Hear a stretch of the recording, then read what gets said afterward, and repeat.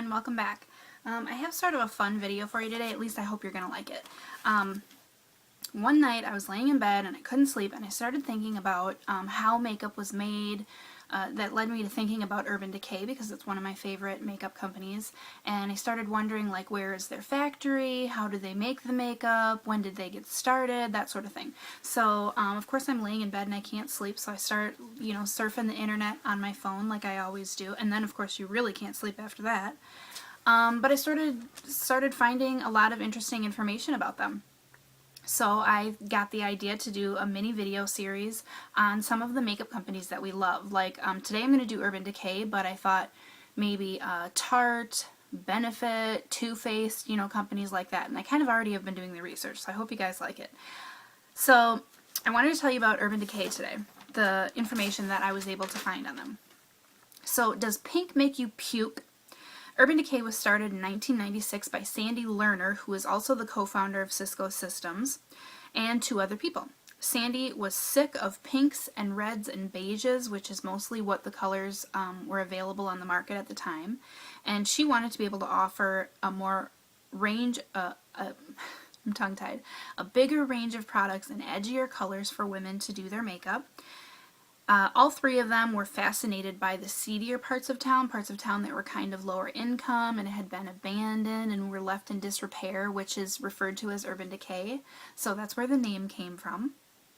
They started with 10 lipsticks and 12 nail enamels. Boy, have they come a long way.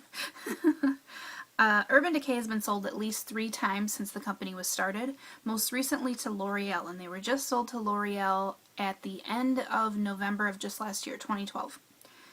L'Oreal also owns Maybelline, Essie, The Body Shop, Lancome, Kiehl's, Giorgio Armani, and YSL. That was really interesting to me. I thought that that L'Oreal was just their own company. I didn't realize that they owned all of those other companies.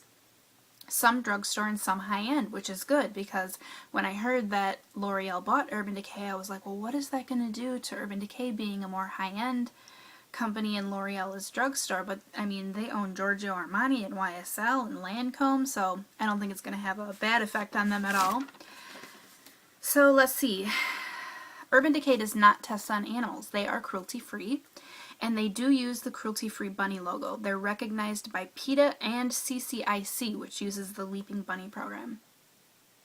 L'Oreal does condone animal testing. Although they have significantly reduced the animal testing and they've invested millions of dollars in alternative testing methods, they have not completely gotten rid of the animal testing. However, there are some other companies that L'Oreal owns that have a no animal testing policy, such as Giorgio Armani and The Body Shop, and they have continued their commitment to be cruelty-free as well. So I also don't think that that will be a problem for Urban Decay to stay cruelty-free. And Urban Decay's response to the fact that L'Oreal still does some animal testing is that they are not going to change their policy on animal testing, and they are going to continue to use the cruelty-free bunny logo. Now, Urban Decay is so committed to their cruelty-free products that they also require suppliers of the raw materials to certify that the raw materials are cruelty-free as well. So, and if you're looking on Urban Decay's website, some of the products that you will find have a purple paw print, and that means that they are vegan. And it should be noted, however, that some products within one category, such as eyeshadows, some of the products will be vegan and some will not. That is because of the raw materials. They are able to get some raw materials vegan and some not. So they just want you to know, if you are somebody who's trying to use vegan, that look at each individual color and see which ones are vegan and which ones are not. And as more vegan raw materials come available, they will switch over products, more and more products, to vegan as they can. Urban Decay was going to sell their products in China.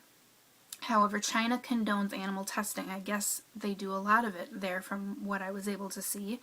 When PETA got wind of that, they removed Urban Decay from their list of cruelty-free companies. But Urban Decay wanted to stay on that list. They wanted to stay cruelty-free, so they decided not to sell their products in China. Now, Urban Decay is sold in Canada, the United Kingdom, France, Italy, Spain, Singapore, and the Middle East. Here in the United States, they're based in Newport Beach, California, which is Southern California. It's in Orange County. and they have a distribution center in Hialeah, Florida, and that is southern Florida, and it's in Miami-Dade County. It's right by Miami. And I did find a random fact about Urban Decay that I thought was kind of interesting and funny, and that is when Urban Decay's website originally started, they did not have actual pictures of their products. They only had drawings. So that's funny. So that's the information I found on them. I thought that it was interesting. I wanted to share it with you guys, kind of when they were started and that sort of thing. Now, what do I own of Urban Decay? I own the De-Slick Makeup Setting Spray, and I have a sample of the All-Nighter that I got from Sephora.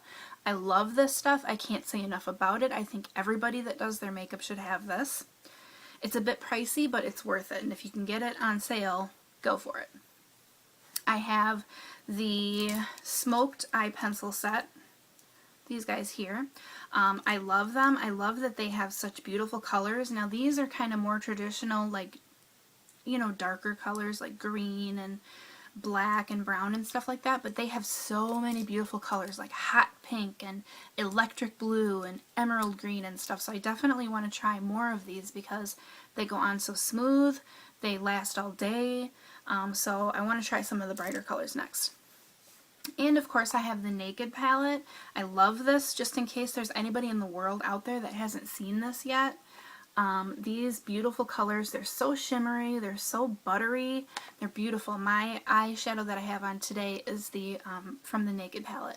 And then of course the primer potion that comes with the Naked palette. This is just the sample size. The regular size is bigger than this. And this I'm not wild about it just because I use the e.l.f. Cosmetics eyelid primer and it's only $1 and I think it's just as good as this, so I won't be spending my money to buy this. And then I did also get a sample from the girls at Sephora of the Naked foundation. I'm in color 1.0, but I think it's too light for me. In fact, I put it on today and I washed it right off because I didn't like it. But foundation, I give them, you know, I give them room on the foundation because everybody has their favorite, and I stick to my L'Oreal Skin Magic BB Cream, or Magic Skin, whatever it's called.